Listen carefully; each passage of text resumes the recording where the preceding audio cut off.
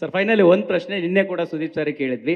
ಕನ್ನಡ ಚಿತ್ರೋದ್ಯಮದಲ್ಲಿ ಈ ಡಿಸೆಂಬರ್ ತಿಂಗಳು ಅನ್ನುವಂಥದ್ದು ಸ್ಟಾರ್ಗಳಿಗೆ ಲಕ್ಕಿಯೆಸ್ಟ್ ಅಂತಂದು ರಿಲೀಸ್ ಮಾಡುವಂಥದ್ದ, ಅಥವಾ ನಿಮಗೆ ಈ ಅದೃಷ್ಟದ ಮೇಲೆ ಎಷ್ಟೊಂದು ನಂಬಿಕೆ ಇದೆ, ಮತ್ತೆ ಪರ್ಟಿಕ್ಯುಲರ್ ಆಗಿ ಈ ಕ್ಲಾಶ್ ವಿಚಾರವಾಗಿ ಹೇಗೆ ನೀವು ತಗೊಳ್ತಾ ಇದ್ದೀರಿ ಅನ್ನೋದು? ಇಲ್ಲ ಆ ಥರ ಅಲ್ಲ.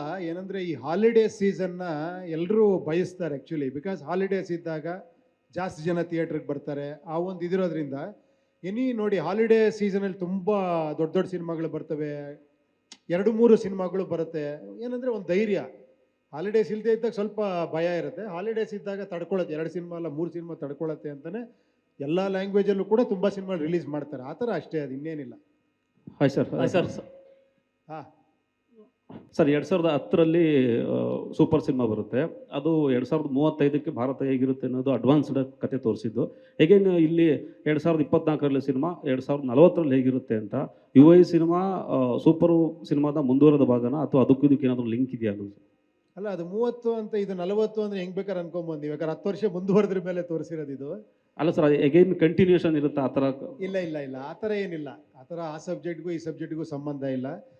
ಇದು ನಿಜ ಹೇಳಬೇಕು ಅಂದರೆ ಕಂಪ್ಲೀಟ್ಲಿ ಮೆಟಫರಿಕಲ್ ಆಗಿರುತ್ತೆ ಈ ಸಿನಿಮಾ. ಒಂದಂತೂ ಹೇಳಕ್ಕೆ ಇಷ್ಟಪಡ್ತೀನಿ, ಸಿಂಬಾಲಿಸಮ್ ಜಾಸ್ತಿ ಇರುತ್ತೆ.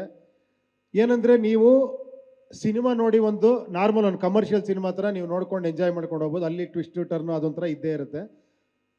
ಅದು ಬಿಟ್ಟರೆ ನೀವು ಕರೆಕ್ಟಾಗಿ ನೋಡಿದ್ರೆ ತುಂಬ ಲೇಯರ್ಸ್ಗಳಿರುತ್ತೆ. ಅದರಲ್ಲಿ ನಿಮ್ಗೆ ಅರ್ಥ ಆಗೋ ತುಂಬ ವಿಷಯಗಳಿರುತ್ತೆ.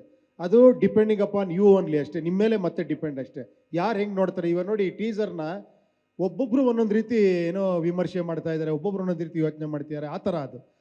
ಬಟ್ ಇಲ್ಲಿ ಒಂದೇ ಒಂದು ಪಾಯಿಂಟ್ ಮಾತ್ರ ಹೇಳಕ್ಕೆ ಇಷ್ಟಪಡೋದು. ಬಟ್ ಇಡೀ ಸಿನಿಮಾ ಬೇರೆ ಬೇರೆ ಲೇಯರ್ಸ್ ಇರುತ್ತೆ, ಬೇರೆ ಬೇರೆ ಥರನೇ ಇರುತ್ತೆ, ಬೇರೆ ಬೇರೆ ಟಾಪಿಕ್ ಇರುತ್ತೆ. ಅದು ನೀವು ಸಿನಿಮಾ ನೋಡಿದ್ರೆ ನಿಮಗೆ ಅರ್ಥ ಆಗುತ್ತೆ ಆ್ಯಕ್ಚುಲಿ.